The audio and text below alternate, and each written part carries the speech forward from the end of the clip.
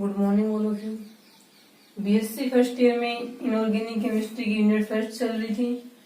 Unit first का जो part 1 था अपना पार्ट ए, वो था एटॉमिक स्ट्रक्चर।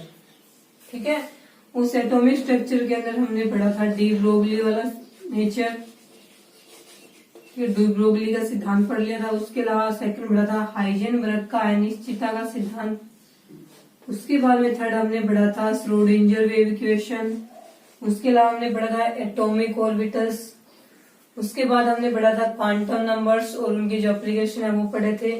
उसके बाद हमने पढ़ा था इलेक्ट्रॉनिक कॉन्फ़िगरेशन। ठीक है, इलेक्ट्रॉनिक विन्यास। इलेक्ट्रॉनिक कॉन्फ़िगरेशन में हमने पढ़ा था जो परमाणु कक्षकों में इलेक्ट्रॉनों को भरने के लिए जो रूल दिए गए थे, जैसे हुंड का नियम था, पाउली का नियम था, ओहमो का नियम था, N+L का नियम था, अर्धपूरित और पूर्णपूरित कक्षकों के स्थायित्व का नियम था। ये पढ़ने के बाद में हमने उसके अंदर पढ़ा था प्रभावी नाभिकीय आवेश, और प्रभावी नाभिकीय आवेश के अंदर हमने पढ़ा था स्लेटर रूल। ठीक है, स्लेटर्स का रूल पढ़ा था। इसके अंदर हमने स्क्रीनिंग कांस्टेंट को ज्ञात करने के लिए स्लेटर का रूल है वो पढ़ा था। उसके बाद इसके एग्जाम्पल के लिए ये तो इसके अंदर 7-8 लेक्चर थे फर्स्ट पार्ट में। उसका नाम रहेगा आपके एटॉमिक स्ट्रक्चर या परमाणु संरचना। ठीक है, उसके बाद देखिए आप यूनिट फर्स्ट का सेकंड पार्ट रहेगा आपके बी पार्ट है पीरियोडिक प्रॉपर्टीज। इसको हिंदी में बोलते हैं हम आवर्ती गुणधर्म। ठीक है, पीरियोडिक प्रॉपर्टीज को हिंदी में बोला जाएगा आवर्ती गुणधर्म। ये जो आवर्ती गुणधर्म थे आपके, ये आपके थे 11th क्लास में। 11th क्लास में जो थे वही सेम यहाँ पे, उसमें थोड़ा बस एग्जाम्पल में चेंज कर दिया होगा, बाकी सेम वही है जो आपके 11th क्लास में थे वही है पीरियोडिक प्रॉपर्टीज। या हिंदी में बोला जाएगा इसको आवर्ती गुण या आवर्ती गुणधर्म। ठीक है, सबसे पहले हम इसमें ये पढ़ेंगे कि आवर्ती गुण हैं वो क्या होंगे, इनकी डेफिनेशन क्या रहेगी। तो इसमें आता है कि जो हमारी पीरियोडिक टेबल होती है आवर्त सारणी,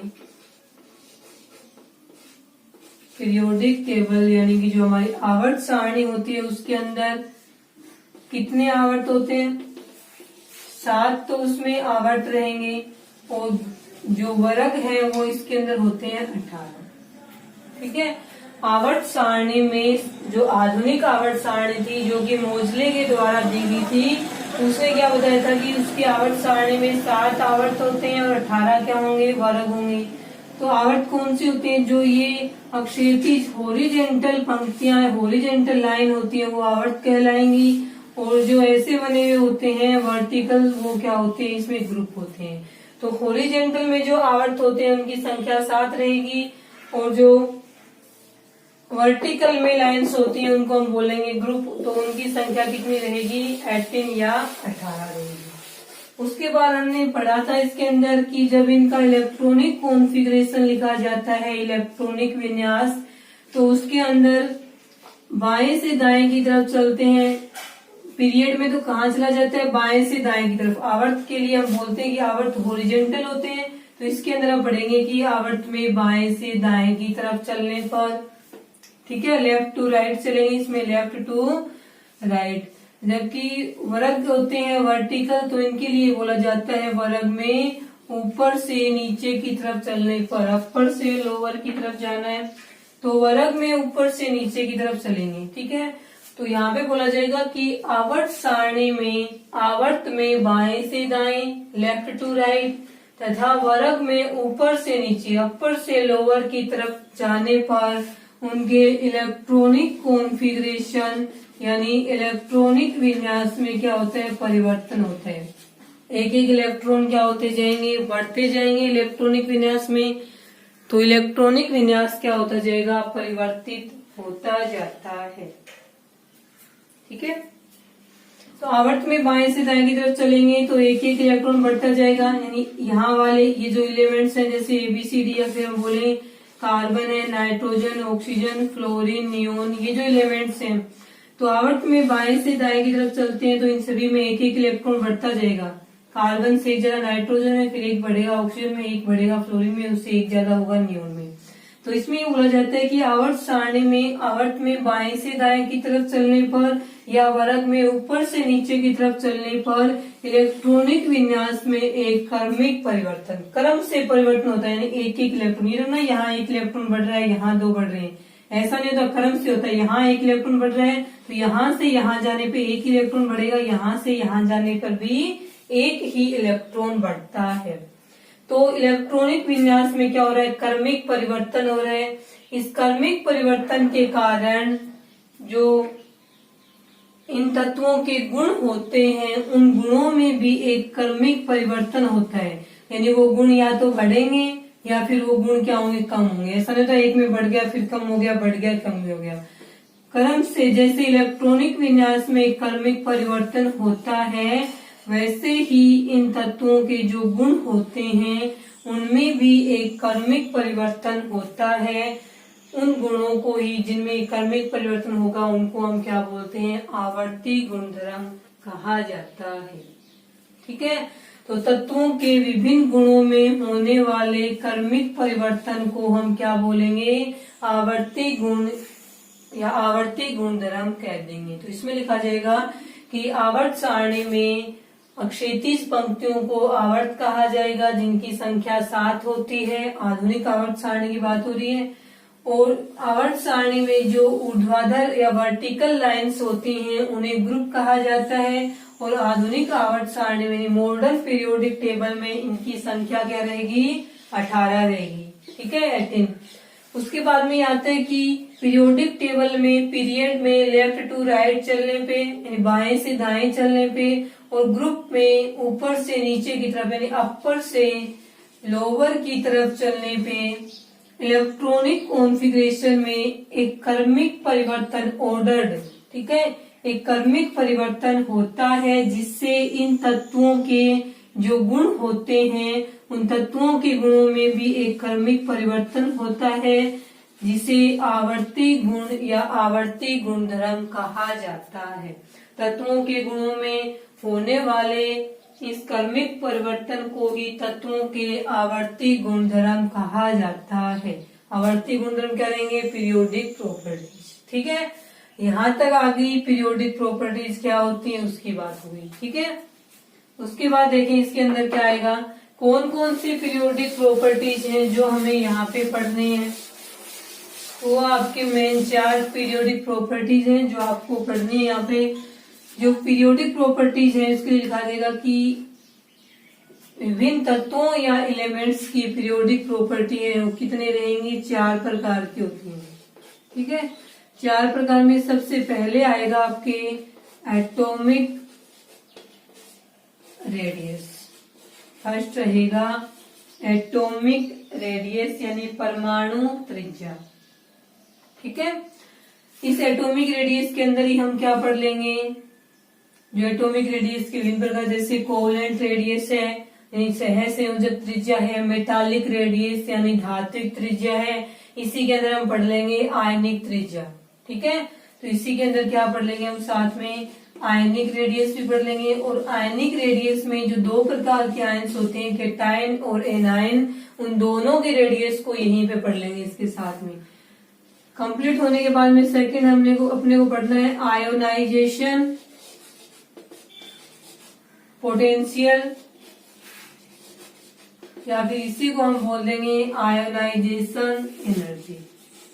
ठीक है, ये रहेगी आपकी सेकेंड पीरियोडिक प्रॉपर्टी। उसके बाद में थर्ड देखें, थर्ड रहेगी आपकी इलेक्ट्रॉन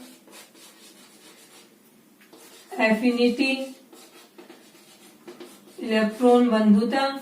और फोर्थ पे रहेगा आपके इलेक्ट्रॉन नेगेटिविटी, इलेक्ट्रोनेगेटिविटी।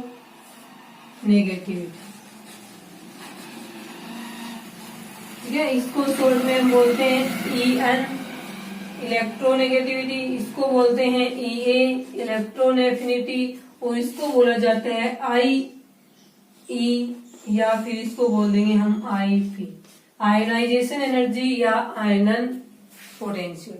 इसका हिंदी में नाम रहेगा परमाणु त्रिज्या, आयनिक त्रिज्या, इसको बोलेंगे आयनन विभव या आयनन ऊर्जा, इसको बोलेंगे इलेक्ट्रॉन बंधुता, और इसको बोला जाएगा विद्युत ऋणात्मकता। ये 4 प्रकार के आपके क्या रहेंगे, पीरियोडिक प्रॉपर्टीज, और ये चारों ही पीरियोडिक प्रॉपर्टीज हैं वो 11th क्लास में थी आपके। तो सबसे पहले हम पढ़ेंगे परमाणु त्रिज्या को, उसके बाद आयनन विभव या आयनन ऊर्जा को, उसके बाद थर्ड पढ़ेंगे इलेक्ट्रॉन बंधुता को, उसके बाद में 4th नंबर पे पढ़ेंगे इलेक्ट्रोनेगेटिविटी को या विद्युत ऋणात्मकता को। अब इसके अंदर होता क्या वो देखें। इनके अंदर सबसे पहले उनकी डेफिनेशन पढ़नी है, उसके बाद ये किस प्रकार से कैलकुलेट की जाती है वो पढ़ना है, उसके बाद में जो हमारा जो आवर्त सारणी है पीरियोडिक टेबल, उसमें पीरियड और वर्ग ग्रुप आवर्त और वर्ग में चलने पर जो ये गुण होते हैं, ये चारों गुण किस प्रकार से परिवर्तित होते हैं वो हमें वहां पे पढ़ना है। तो सबसे पहले फर्स्ट पार्ट है वो रहेगा हमारा इसके अंदर एटॉमिक रेडियस या परमाणु त्रिज्या। देखिए ये 4 नाम है ये।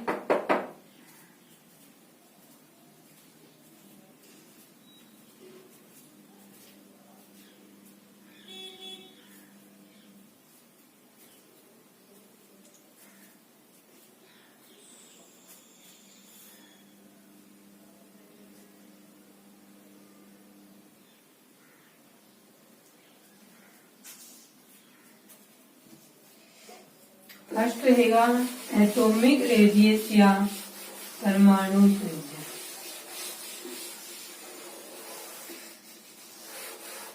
ठीक है, सबसे पहले रहेगा एटॉमिक रेडियस। तो सबसे पहले हमें पढ़नी है परमाणु त्रिज्या की परिभाषा, डेफिनेशन।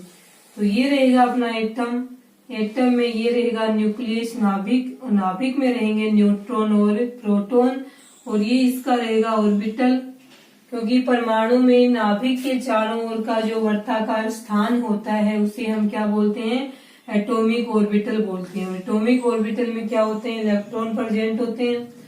तो किसी परमाणु का नाभिक, ये परमाणु है तो इस परमाणु का नाभिक और बाह्यतम कोश के बीच की दूरी, या फिर ये बोले परमाणु का नाभिक और बाह्यतम कोश का इलेक्ट्रॉन, बाह्यतम कोश का इलेक्ट्रॉन भी यहाँ होगा, बाह्यतम कोश है वो भी यहीं पर होगा।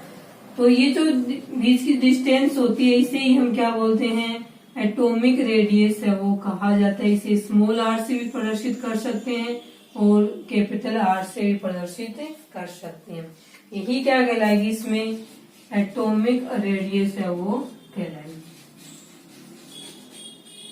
ठीक है, तो इसकी डेफिनेशन में क्या लिखा जाएगा, किसी परमाणु के नाभिक व उसके बाह्यतम कोश के बीच की दूरी, या फिर किसी परमाणु के नाभिक व उसके बाह्यतम कोश के इलेक्ट्रॉन के बीच की दूरी, कोई भी नाम ले, चाहे बाह्यतम कोश लें चाहे बाह्यतम कोश का इलेक्ट्रॉन लें, सेम है, एक ही बात रहेगी, दोनों एक ही जगह प्रेजेंट हैं।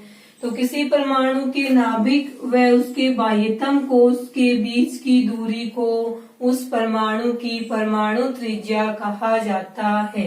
किसी एटम के नाभिक और उसके आउटर सेल के बीच की डिस्टेंस को हम उस एटम की एटॉमिक रेडियस कहते हैं। ये था इसमें परमाणु त्रिज्या की परिभाषा। ठीक है, उसके बाद में ये आया कि जो नेचर या प्रकृति में कई तत्व ऐसे होते हैं जो परमाणु के रूप में नहीं रह पाते। परमाणु के रूप में नहीं रह पाते, वो किसके रूप में रहते हैं, अणु के रूप में रहते हैं। जैसे ये कोई ए एटम है, ए तत्व का परमाणु है ये। अब मान लीजिए ये तो इस प्रकार से मिल गया तो हमने इसकी ऐसे ज्ञात कर ली, लेकिन मुख्य रूप से ये माना जाता है इसके अंदर कि कोई भी परमाणु है वो अकेला मुक्त रूप से, यानी कोई भी तत्व का परमाणु अकेला परमाणु इस प्रकार से नहीं पाया जाएगा। तो हमें उसका क्या पाया जाएगा, मॉलिक्यूल मिलेगा। यानी वो कोई भी तत्व है वो परमाणु के रूप में नहीं रह के अणु के रूप में प्रकृति में पाया जाएगा। अणु क्या होते हैं, 2 या 2 से अधिक परमाणुओं से मिलके जो बनते हैं स्पीशीज, उनको क्या बोलेंगे, अणु बोलेंगे। तो अणु में 2 या 2 से अधिक परमाणु हो सकते हैं। हम डाई मोलिक्यूल की बात कर रहे हैं। डाई मोलिक्यूल वे मोलिक्यूल होते हैं जिनके अंदर 2 परमाणु होते हैं। तो ए है, उस ए के 2 परमाणु हैं, वो आपस में इस प्रकार से जुड़े हुए हैं। ये भी ए का ही परमाणु रहेगा और ये भी ए का परमाणु रहेगा। जब कोई भी परमाणु है वो 2 या 2 से अधिक संख्या में आपस में जुड़ जाए तो उसको हम क्या बोलते हैं, मोलिक्यूल बोलते हैं। 2 परमाणु है इसके अंदर तो इसको क्या बोलेंगे, बाई मोलिक्यूल बोलेंगे, द्वि अणु बोलेंगे। ठीक है, देखें इसके अंदर ये इस A परमाणु का क्या रहेगा, नाभिक रहेगा, ये इस B परमाणु का नाभिक, A परमाणु का नाभिक रहेगा। अब हमें ज्ञात यही त्रिज्या ज्ञात करनी है, तो ये त्रिज्या इस प्रकार से ज्ञात नहीं हो पाती। ये तो हमने क्या लिखी है, इसकी डेफिनेशन लिखी है ओनली कि परमाणु के नाभिक और बाह्यतम कोश के बीच की दूरी परमाणु त्रिज्या है। लेकिन किसी भी तत्व का परमाणु ऐसे प्रकृति में मुक्त रूप से नहीं पाया जाता है, तो ये किसके रूप में पाया जाएगा, अणु के रूप में। और अणु क्या होते हैं, दो या दो से अधिक परमाणुओं से मिलकर जो स्पीशीज बनती है उसे हम क्या बोलेंगे, अणु बोलेंगे। अब इसके लिए इसके द्वारा हमें यही त्रिज्या ज्ञात करनी है, परमाणु त्रिज्या। तो कैसे ज्ञात करेंगे, ये इस परमाणु का नाभिक है और ये इस परमाणु का नाभिक है, इन दोनों के बीच की दूरी है उसको हम क्या बोलते हैं, इंटर न्यूक्लियर डिस्टेंस, या हिंदी में बोलेंगे हम इसको अंतर नाभिकीय दूरी। किसी अणु में दो परमाणुओं के नाभिकों के बीच की दूरी अंतर नाभिकीय दूरी कहलाती है। इसका नाम रहेगा अंतर नाभिकीय दूरी। तो जैसा नाम है वैसे ही इसका डेफिनेशन भी, कि किसी अणु में दो परमाणुओं के नाभिकों के बीच की दूरी अंतर नाभिकीय दूरी कहलाती है। ये A का नाभिक है, ये इस दूसरे परमाणु A का नाभिक है, दोनों के बीच की दूरी क्या होगी, इंटर न्यूक्लियर डिस्टेंस। और इस इंटर न्यूक्लियर डिस्टेंस को हमारे जो D से लिख दिया, तो इंटर न्यूक्लियर डिस्टेंस का जो आधा मान होता है इसका हाफ कर देंगे तो वो क्या बनेगी, दोनों में से किसी भी एक परमाणु की क्या हो जाएगी, त्रिज्या हो जाएगी। मान लीजिए इसको हम RA मान रहे हैं, इसको भी RA मान रहे हैं, क्योंकि परमाणु की त्रिज्या को हमने R से लिखा था, स्मॉल r से भी लिख सकते हैं, कैपिटल R से भी लिख सकते हैं। तो ये इतनी इस परमाणु की त्रिज्या है और ये इतनी यहाँ तक इस परमाणु की त्रिज्या है, ठीक है। अब इसकी त्रिज्या इन दोनों का योग है, वही तो D के बराबर है, तो इसके लिए हम क्या लिखेंगे, D is equal to RA plus में RA, ठीक है। या फिर इसको हम यहाँ पे लिखते हैं DAA, यानी जो A2 अणु है, दो परमाणु आपस में मिलके A प्लस A मिलके क्या बना लिया, A2 मोलिक्यूल। ये परमाणु है और ये अणु बन गया।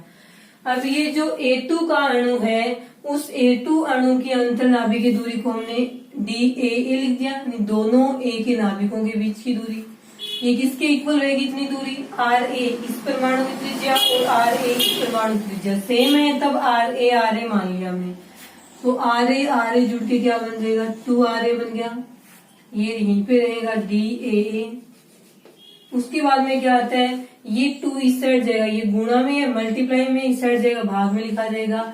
तो RA इस साइड में केवल RA बचेगा, इज इक्वल टू क्या हो जाएगा, DAA अपॉन में 2, ये आ जाएगा इसके अंदर। तो अंतर नाभिकीय दूरी की से परमाणु त्रिज्या ज्ञात करेंगे तो फॉर्मूला क्या रहेगा, कि किसी अणु के अंदर अंतर नाभिकीय दूरी का आधा मान, इसको 2 से डिवाइड कर दे तो इसका आधा मान बचेगा, वही क्या कहलाएगी, परमाणु की त्रिज्या कहलाती है। ये भी हो सकती है और ये भी, कोई भी माने दोनों में से, कि यहाँ जो RA आएगी वो ये भी है और ये भी है, क्योंकि दोनों ही A परमाणु है, दोनों समान परमाणु हैं, तो दोनों की त्रिज्या भी क्या रहेगी, यहाँ पे समान रहेगी। तो किसी अणु के इस प्रकार से ज्ञात करते हैं हम मुख्य रूप से परमाणु त्रिज्या को। तो किसी अणु में, इसमें नीचे लिखो कि किसी अणु में अंतर नाभिकीय दूरी D का आधा मान ही उस अणु के परमाणु की परमाणु त्रिज्या कहलाती है। ये बनाने के बाद में आप ये बनाना और उसके बाद में ये लिखना, तो ये आ गया कि अंतर नाभिकीय दूरी का आधा मान है वो परमाणु की त्रिज्या कहलाती है, ठीक है। लिखें इसको इतने को। सबसे पहले एटॉमिक रेडियस की डेफिनेशन, उसके बाद में लिखेंगे कि तत्वों के परमाणु है वो प्रकृति में मुक्त रूप से नहीं पाए जाते हैं, तो परमाणु त्रिज्या ज्ञात करने के लिए हम मोलिक्यूल लेते हैं उसी तत्व का। मोलिक्यूल क्या होगा, दो या दो से अधिक परमाणुओं से मिलके बनने वाला जो स्पीसीज होगी उसे हम अणु बोलेंगे। अब अणु में क्या आता है, दोनों परमाणुओं के नाभिकों के बीच की दूरी को हम अंतर नाभिकीय दूरी D से लिखेंगे, ठीक है, कह देंगे। उसके बाद में आता है कि किसी अणु के अंदर परमाणु की त्रिज्या है वो अंतर नाभिकीय दूरी का आधा मान होती है। ये फॉर्मूला रहेगा इसका, इसके द्वारा ये आ गया। ये इसमें लास्ट में ये प्रूव हो गया कि किसी भी अणु में किसी एक परमाणु की त्रिज्या उस अणु की जो अंतर्नाभिकीय दूरी है उसके आधे मान के बराबर होती है।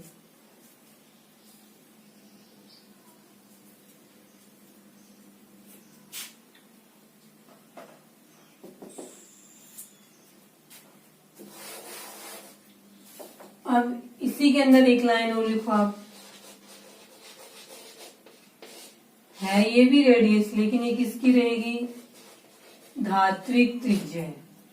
ठीक है, तो धात्विक त्रिज्या में क्या आता है कि धातु के जो क्रिस्टल होते हैं, जैसे कि सोडियम धातु है, तो सोडियम धातु का जो क्रिस्टल होगा उसमें सोडियम धातु का एक परमाणु होगा, बहुत सारे सोडियम धातु के बहुत सारे परमाणु हैं, वो आपस में मिलते हैं और आपस में मिलकर के वो पूरे धातु क्रिस्टल का निर्माण कर देते हैं। तो उस पूरे धातु क्रिस्टल में हम सोडियम का एक परमाणु ले रहे हैं, ये पूरा सोडियम का एक क्रिस्टल है, इसमें बहुत सारे सोडियम के अणु हैं, सोडियम के परमाणु हैं बहुत सारे, इसमें से एक परमाणु हमने बढ़ा करके दिखा दिया।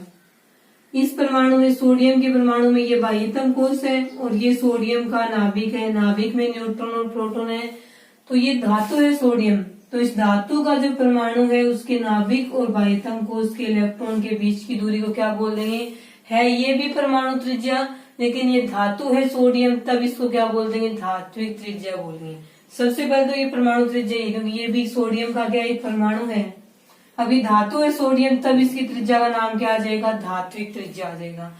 तो इसकी डेफिनेशन में ये आ जाएगा कि धातु क्रिस्टल में, किसी धातु क्रिस्टल में धातु परमाणु के नाभिक और उस परमाणु के बाह्यतम कोश के बीच की दूरी को हम धात्विक त्रिज्या कहते हैं। तो क्या लिखा जाएगा इसमें, किसी मेटालिक क्रिस्टल में या किसी धातु क्रिस्टल में धातु के एक परमाणु के नाभिक तथा उसके बाह्यतम कोश के बीच की दूरी को हम धात्विक त्रिज्या कहते हैं। ठीक है, उसके बाद में इसमें आती है वान डेर वाल्स त्रिज्या, आयनिक रेडियस है, ये हम कल पढ़ेंगे। और परमाणु जो त्रिज्या है उसका डिटर्मिनेशन या निर्धारण किस प्रकार से होता है वो भी कल पढ़ेंगे। और उसके साथ में जो पीरियोडिक टेबल होती है अपनी, उसके अंदर आवर्त और वर्ग में परमाणु त्रिज्या किस प्रकार से चेंज होते हैं, बढ़ेगी कब घटेगी, ये सब हम कल की क्लास में पढ़ेंगे। आज के लिए इतना ही।